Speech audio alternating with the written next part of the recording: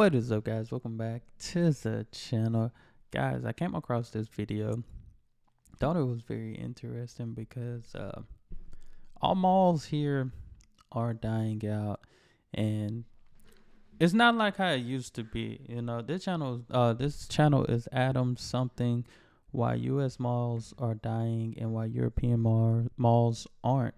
So of course, gonna put the link in the description to the original video and to Adam's channel so y'all can check out more of his stuff. But when I seen this, I was like, this is an interesting topic because I've seen walking videos, malls in Europe, they look packed. I guess for the most part, I guess depending on where it is, stores were open. A good amount of stores were open within these malls. But I know our malls, they're dying down to the experience of having everything in one. Now they're just strip malls, basically. Like, we used to have a mall in my hometown. Now it's just a strip mall. So, it's still in the same area, but you just go into each store individually. You can't cross over to a food court. You can't cross over to the next store, within the building, staying inside. You got to exit out, then go to the next building like that. Which I feel like it ruined the mall experience because now it's just like you just got stores side by side at this point, So, and that's what I've seen a lot, especially in smaller towns, which is crazy because my town, we had a mall. We had food courts. We had arcades, all these different things. It was an experience. Couldn't wait to grow up to have some money. But you checking this out? This video is sponsored by Exter. Welcome to the 1990s, the former Eastern Bloc, a beautiful, wealthy, inspiring place left behind by the dying, retreating Russian Empire. Suppose you wanted to do some shopping. Where will you go? Oh, I know, those beautiful Soviet-era shopping centers seen by many on those Soviet retro-themed social media pages, full of the finest wares of the Eastern Bloc. Sorry, I couldn't keep a straight face there. No, if you wanted to do shopping, you did not in fact go to the shopping center. Instead, you went where the rest of society went, to dismal outdoor markets, selling vegetables, knockoff clothing, homemade food preserves, and so on, from cars, vans, often entire buses. It was chaotic, dirty, loud, often taking place on random sidewalks or in underpasses. As you milled around the makeshift stands in the crowd, looking at the knickknacks being sold, people haggling, old women counting coins in their hands, you thought of a photo you saw of an American shopping center.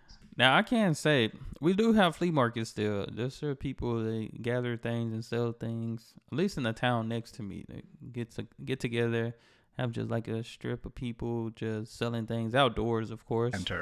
Old women counting coins in their hands. You thought of a photo you saw of an American shopping center. You called it a shopping center because you did not have a word for it yet. That is, the mall. Beautiful, clean, air-conditioned, full of Western stores and their wares, fast food restaurants like McDonald's and others you never even heard about, people strolling around wearing the latest fashion. Surely all of them are drinking Coca-Cola and Pepsi Cola too, not this piss water they sell around here. Palm trees, fountains, colorful lights. You're pretty sure there's American rock music playing in the background too. You don't know, it was a photograph. Your thoughts are interrupted as you look down and realize you've stepped into shit, and an old lady is yelling at you to move from her stand if you ain't buying anything.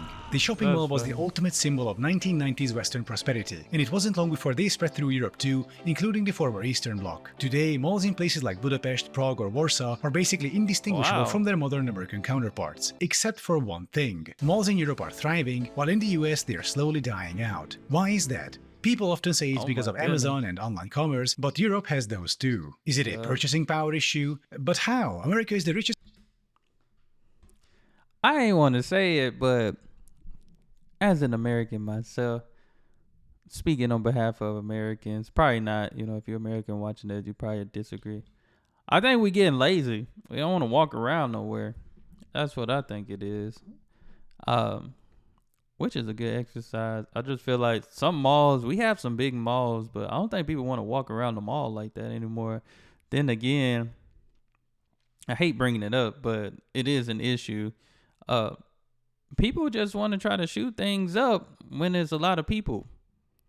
So I think that's another issue. It's not safe.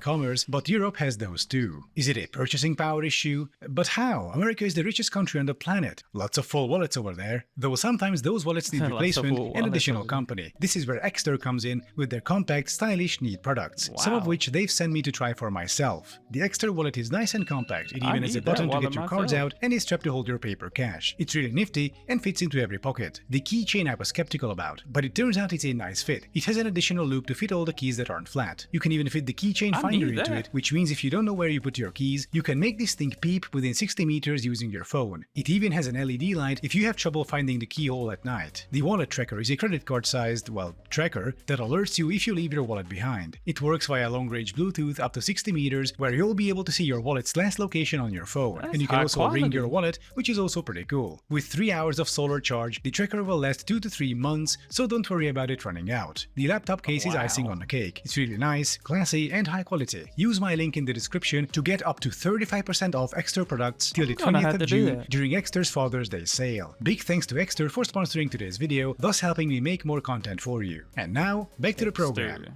So the most common arguments cited for Oh, the death of nice. US malls is online commerce. The fact that people are now able to order from the internet from the comfort of their homes. And sure, online commerce didn't exactly help malls, I do. That's just. I feel like that's just one of the problems. It's but dangerous. as I out here. mentioned, online commerce is also very much present in Europe and malls over there are doing fine. So I'm comfortable stating that the decline of US malls is not because of online commerce, though it certainly didn't help. And so I've identified 3 actual key reasons which we will go through now, including the last one which no one talks about but is absolutely crucial in my opinion. In fact, that might be the most important reason for the death of US malls. And yet people seem to ignore it. So let's go through the Can't reasons. wait to hear that. Purchasing power.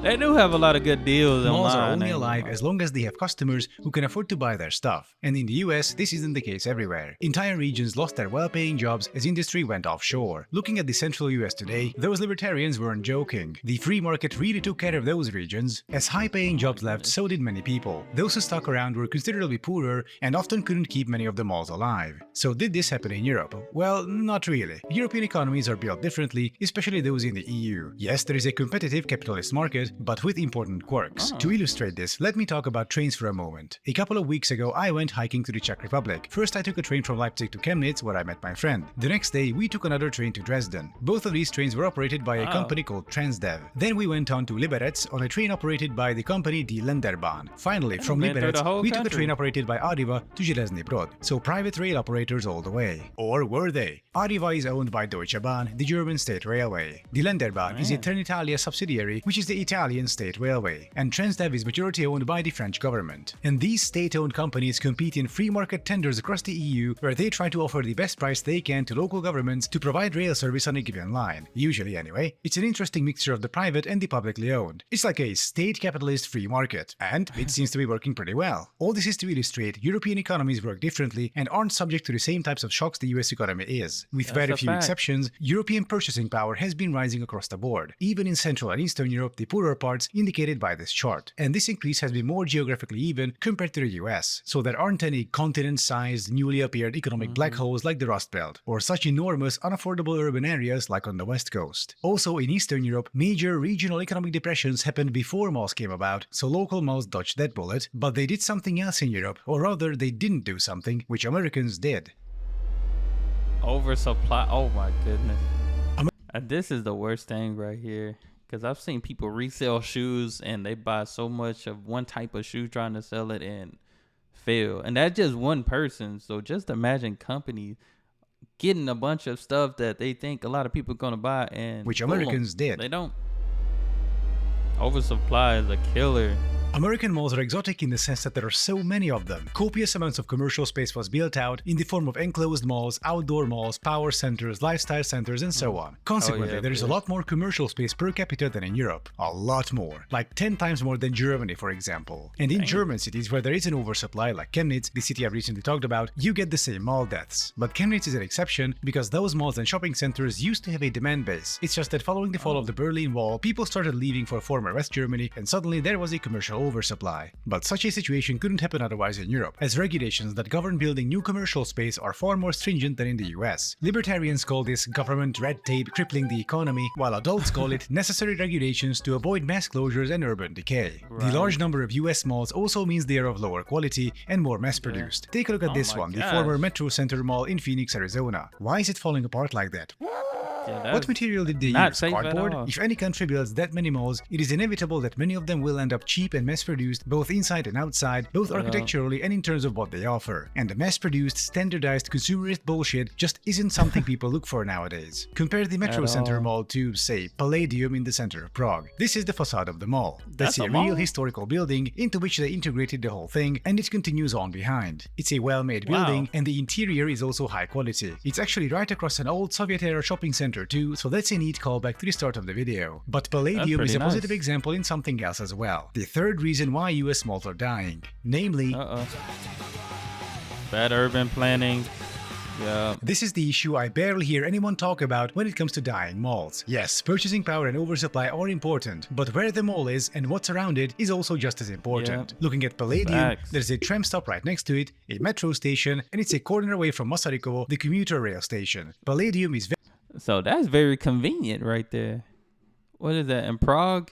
Very easy metro station, and it's a corner away from Masarykovo, the commuter rail station. Palladium is very easy and convenient to get to. So what, you might say? US malls have ample parking, and they are easy to get to as well by car. Sure, but that's part of the problem. Car-centric US cities are more spread out, which means the mall will be further away from you. Now then, you want to buy an item. Say you want to find a birthday gift for your aunt or something. Do you then get in your car, drive down to the mall, get through a traffic jam, trudge across the parking lot, then look for a gift and then do the same process on the way back home? Or do you just go, fuck it, and order something from Amazon? With Palladium, even if I live on the outskirts, I can just go by metro and be there door to door in about half an hour. Once again, this is from the edge of the city. American malls are usually not built near any meaningful public transit. In fact, they are usually not built near any meaningful place. Compare these 4 European malls, 2 from Prague and 2 from Budapest, with these 4 American malls, from Phoenix, Las Vegas, Oklahoma City, and Orlando. The reason why Amazon and similar online commerce platforms cannot compete with the first group but can threaten the second group is because malls in the first group are integrated into the city. The surrounding environment isn't just a parking lot. There are things to do and see, and you can end up in those malls even completely organically, as in unplanned, as part of you walking around downtown. With the second group, you have to make a conscious effort to go there. Nobody will trudge through a kilometer of parking lots on foot. The GPS won't take you there spontaneously. You have to make the decision at home to go there and then make the effort. Then companies like Amazon come along and say, hey buddy, we can save you all that effort. And so the malls and are probably dying. more money. Malls, hell, all commerce has to be an organic part of towns and cities. People should be able to get to them by means other than a car and conveniently. Such integrated commercial spaces are far more resilient. If your commercial spaces aren't resilient, if you just plop a big box outside the town, don't be surprised when it goes bust in a few years. And then it's bulldozed for the next thing to be put up, for it to go bust the same way, and then get bulldozed, and then the next thing, and the next, and the next, so on and so forth. And this is why many American malls are either dead or dying. In the end, it all comes down to policy, economic and urban planning. If you're an American and want to do something about this, Strong Towns is just the organization for you, fighting for the exact things I've mentioned in this video, aiming to create living, resilient, human-centric places instead of the mass-produced car-centric retail deserts. So do check them out. And I thank everyone for watching, and as a reminder, you can use my link in the description to get up to 35% off extra products. And I'll be seeing you next time at the... I need to check that out. I need to check out that wallet. Was nice. I'm not gonna lie. I've already subscribed to him. I wonder what video I did of theirs. He's absolutely right. He's absolutely right. Like I said, it's many of things, but the 3 he did point out were very, very on point. And that last one, like he said, integrated within the city. Don't get me wrong. It is, like, just looking at Europe, it is better designed for you to, like he said, get on a train. You can go. You ain't got to look for parking. You ain't got to look. You can get your stuff. Get dropped off right at the door, and get to walking around. Enjoying some shopping, stuff like that. Here in the States, gotta look for parking. Gotta get on the highway. You get there, a lot of traffic and And I'm just speaking on experience, just some malls I've been to in much larger towns than mine. Like it's so different. It is so different, but Yeah, it sucks. I couldn't wait to grow up because we had malls. You know, the malls usually had the little big old water fountains in there and stuff in the middle. You had to throw your pennies in there, make a wish, and they don't have that no more. They just don't. But I enjoyed this. This was good. Stated some facts, but yeah, malls. Like I said, we got strip malls, so it's just like a regular store. They're just side by side now. And of course, people see their favorite store. They ain't got to worry about walking through a whole mall and stuff like that. You know, I can say part of it is being lazy, but then again, it may not be. Some people don't want to go through the hassle as well. Uh, Amazon and different places, I mean, they have made it easier to just order online. You know, outside of Amazon, like these stores, they have online services for you to get it delivered to you and stuff. So, but y'all let me know what y'all think in the comments below. That's all I have. Y'all hit that subscribe button, send down those recommendations, and y'all be blessed, be the best, and be you. I'm out.